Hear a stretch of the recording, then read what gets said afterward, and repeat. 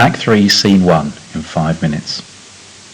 Act 3, Scene 1 has a lot going on in it, so let's get going on it straight away. It starts with Banquo's soliloquy, the only character to get a soliloquy outside Macbeth and Lady Macbeth, so we get inside his thoughts at this point.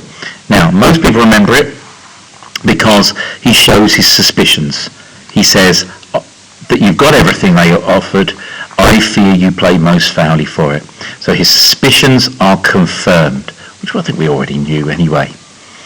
But the rest of it is about his hopes. The rest of that isn't really anything more about what Macbeth has done wrong. It's, if you got it, maybe I will. So Banquo doesn't seem as though he's actually that concerned at what Macbeth has done. Yet at the end, he finishes up and shows the difference between him and Macbeth. He sees this opportunity of ambition, but it's very, very different. His ambition is based on hope, not action. And that's the difference that we get.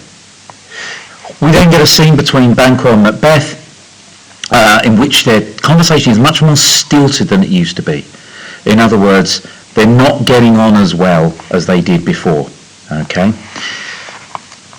Until Banquo leaves.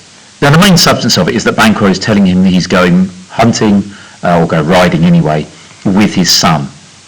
And he finds out how long he's going to be out, and Macbeth points out he's got a big banquet that evening and he wants Banquo to be the chief guest. Yet, when of course Banquo goes, Macbeth shows he has a very different objective. First of all, it's quite clear to us that he is not happy as king. He has not achieved everything he's got. Okay, he still wants more. He wants to be safe as king. That's what he says. And to him being safe, the problem is Banquo. Now, at this point, we get an interesting portrayal of Banquo from somebody who's clearly been his friend for a long time. He talks about his royalty of nature. There's much to fear in there. He talks about the fact he has a dauntless temper. He has a wisdom that guides his valour to act in safety. So in other words, he is royal by nature. Okay, that's what the royalty of nature thing suggests.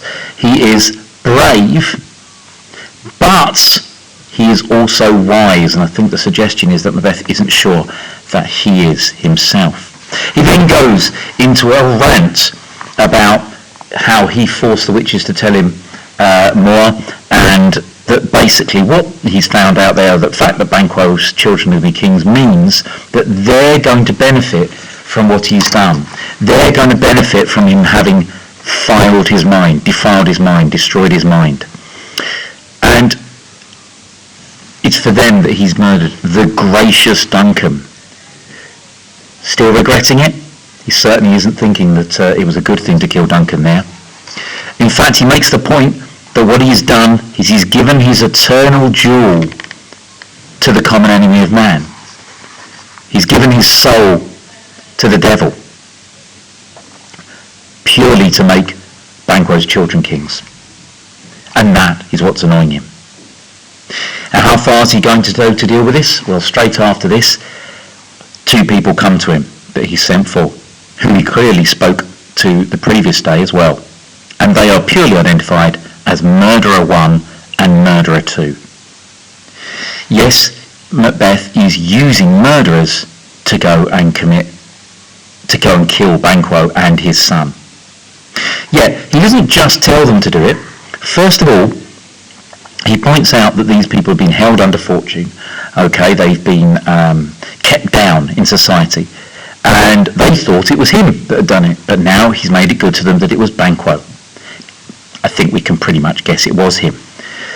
So what he's doing is he's using the murderers, despite being responsible for their situation.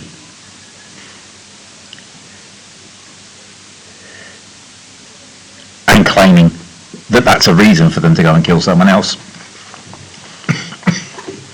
So he then goes on to taunt them about being masculine, just like Lady Macbeth did. Taunting their masculinity. Points out that there's lots of different types of dogs. There's only certain kinds of men that are worth it.